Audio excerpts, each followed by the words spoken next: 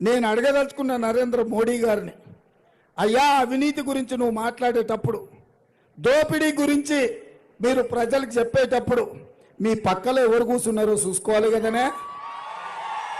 ఎవరయ్యా డీకే కుటుంబం? ఎవరయ్యా కల్తీ కళ్ళ అమ్ముకున్నాడు? ఎవరయ్యా దొంగ సారాయి అమ్మినోడు? ఎవరయ్యా కంకర కొల్లగొట్టినోడు? ఎవరయ్యా కాంట్రాక్టర్ల నుంచి కమిషన్లు గుంజుకున్నాడు? ఎవరయ్యా ఏ టెండర్లు వచ్చినా ఆ టెండర్లు గుంజుకున్నది ఎవడయ్యా?